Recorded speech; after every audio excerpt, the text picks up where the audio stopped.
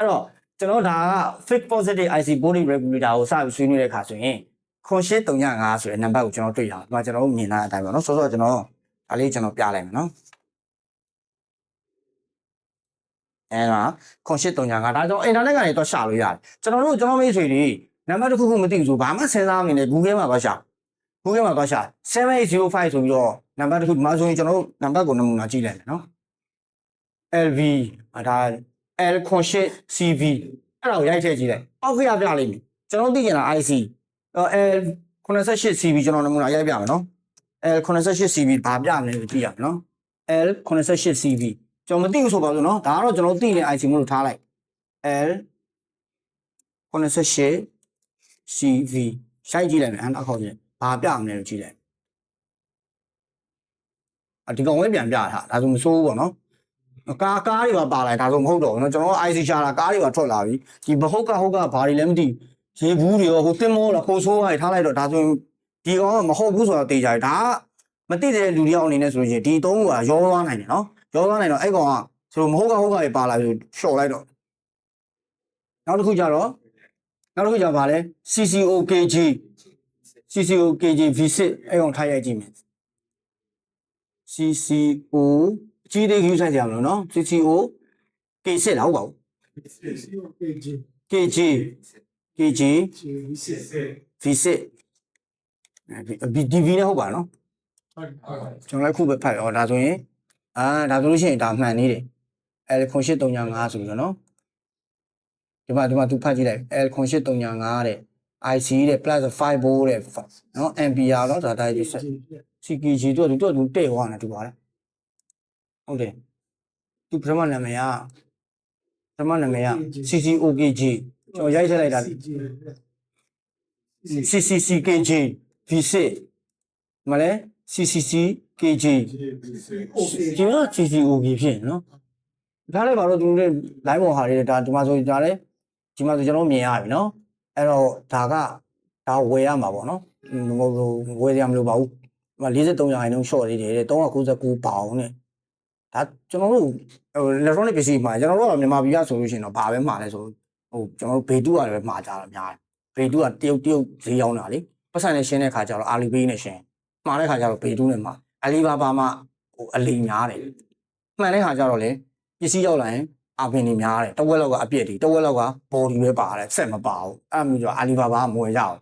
အဲ့ကိုကောင်ကျတော့တိကျတယ်ကျွန်တော်တို့ဘေတူကကျတော့ဘေတူဆိုတာတရုတ် website တစ်ခုပဲဘေတူကကျတော့ဆိုင်တွေကကျတော့တိကျမှားတာတရုတ် website ကတခါတည်းတရုတ်ကြီးရဲ့ CC သူတို့အာနာဘိုင်းကတခါတည်းရေးယူလာဆိုတော့အဲ့ဘေတူကကျတော့စိတ်ချရတယ်ခက်တာဘေတူကတရုတ်လူမျိုးတိုင်းမရဘူးပြီးအာလီဘေးကနေပြီးချက်ချင်းပတ်စံရှင်းရတယ်ပတ်စံရှင်းတော့မှငွေဝင်ဆိုတော့သူတို့ပစ္စည်းစားပို့တယ်အခါလေကျွန်တော်မိတ်ဆွေတွေဆိုရင်ဖျားမီဝိုင်းတွေပဲလောက်တော့ပစ္စည်းမှာအရှာကြီးပဲ4-5-6လောက်ကြာတယ်နောက်တော့ဟိုရှိမှရတယ်သူတို့ကလည်း WeChat နဲ့စကားပြောတယ် WeChat အကောင့်ဖွင့်တာ8000တောင်းတယ်ဒီမှာဆိုရင်မလဲဘူးတောင်းတာစီးပွားရေးသမားတွေ WeChat လည်းလောက်ရတာပဲကျွန်တော်တို့ကကျတော့တမောလိုက်တော့လွယ်တယ်တမောလိုက်တော့တရုတ်ရောက်တရုတ်စင်ကကောက်ထည့်တယ် WeChat ကောက်ဖွင့်တယ်လွယ်တယ်ဒီရောက်တော့ကျွန်တော်လိုက်ရောင်းနေဘူးမှမဝယ်ဘူးအဲ့တော့ကျွန်တော်ဘာတော့မှမသိဘူး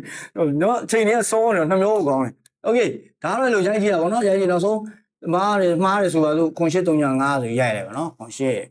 7805နော်တခါတည်းပြကျွန်တော်ရှေ့မှာရိုက်ထားလို့ပါ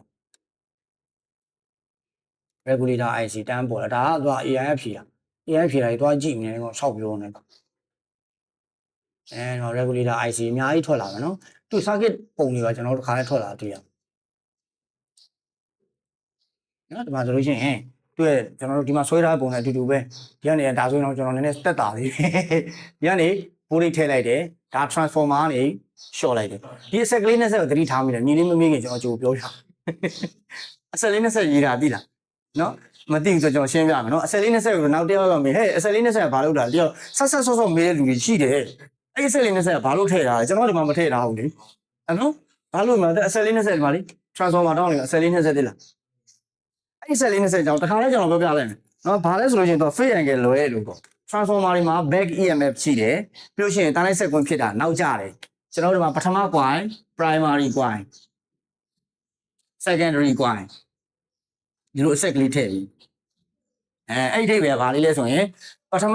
primary coil ရဲ့ AC voltage line ကဒီလိုဖြစ်နေရဆိုတဲ့အချိန်မှာဟိုကောင်ကဒီလိုဖြစ်နေတာ အဲ့ဒါကိုပြောတာအဲ့ဒီတင်ကြတာကိုပြလာတချို့ coin တွေရှိတယ် coin တွေအခုဒီညီတို့ဒီ coin ဆိုလို့ရှိရင်ဒီလို coin လို့30ထွက်တဲ့ coin ဆိုသူကဒီလိုရေးလိုက်မယ်တခုကတော့တုံနေလိမ့်မယ်ပြအဝင်နေနောက်တစ်ခုကဒီလို coin ရှိတယ်ဒီမှာဒါဆိုရင်နောက်တစ်ခုကဒီလိုပြလိုက်မယ်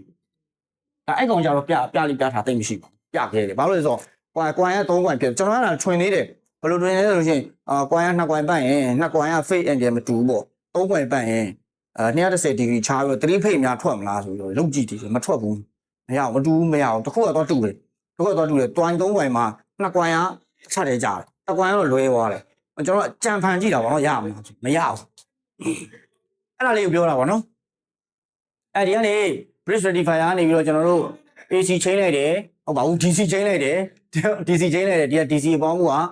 IC ထဲဝင်သွားတယ်ဘယ်ဝင်လဲဆို in နော် in နံပါတ်3ကဒါကြီးအမဟုတ်ဘူးအေးသူကပြောင်းပြန်လန်ဒါကြီးကပြောင်းပြန်လန်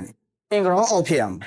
သူ့ဟာမှားနေတယ်အဲ့လိုမျိုးမှားနေဆိုတော့ကျွန်တော်တို့သိဖို့လိုတာပေါ့နော်ကြည့်လိုက်ပြီးမှသိသွားတာအမှန်ကန်ဒီကောင်က in က1ဖြစ်ရမှာနော် in က1ဖြစ်ရမှာ2ကတော့မှန်တယ်1နဲ့3နဲ့ကလွဲနေတာကြီးရဲ့ circuit တွေပါပြပြီးသူကတလုံးအဲ့တော့ဘာသာရှင်တွေ live မှာတော့လေ့လာ error တက်တယ်ဆိုတာအဲ့ဒီကနေစတာပဲအဲ့ဒီကနေစတာဒါဒီကောင်ဂျင်းဒီကောင်မှန်တယ်ဒီကောင်နော်ဒီကောင်လေးကအင်္ဂလောကမှန်တယ်ဒါလည်းပုံမမလေးမမြင်ရအောင်ဒါကတော့ကျွန်တော်ဆင်းနေကြည့်မယ်နော်အဲ့တော့ကျွန်တော်တို့ဒီကောင်ကိုဘယ်လိုလုပ်ရလဲဆိုလို့ရှိရင်သူကနေပြီးတော့ဒီ bridge rectifier ထိတ်တဲ့ထွက်လာတဲ့ကောင်ပြီးလို့ရှိရင် capacitor ခံတယ် capacitor ပြီးလို့ရှိရင်သူ့ကိုနံပါတ်1နဲ့ကိုဖို့ဝင်ပေးလိုက်တယ်ဖို့ဝင်ပေးလိုက်လို့ရှိရင်နံပါတ်3မှာကျွန်တော်တို့ဘာထွက်လာမလဲဆိုရင်5 volt ထွက်လာမယ်5 volt ဆိုတာဒီမှာကျွန်တော်ပြထားတာခွန်8က positive sign တကယ်လို့ခွန်9မြင်ရင် negative sign ဖြစ်လိမ့်မယ်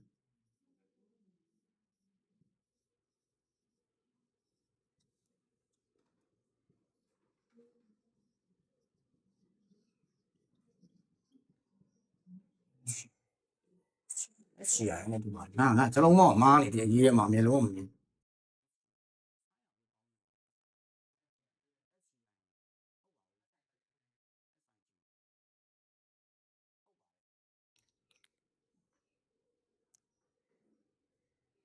နော်အဲ့ဒါကျွန်တော်တို့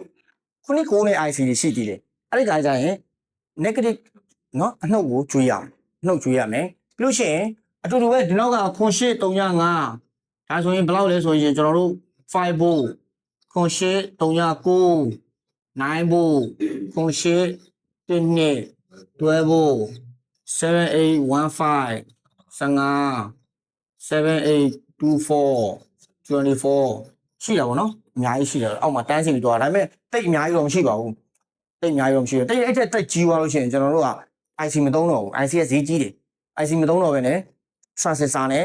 voltage resistor ကိုသုံးပြီးတော့ short တော့တာပေါ့နော်အဲ့ဒီဟာတွေနောက်ပိုင်း transistor ခန်းကျရင်ကျွန်တော်ဆက်ရှင်းပြမယ်နော်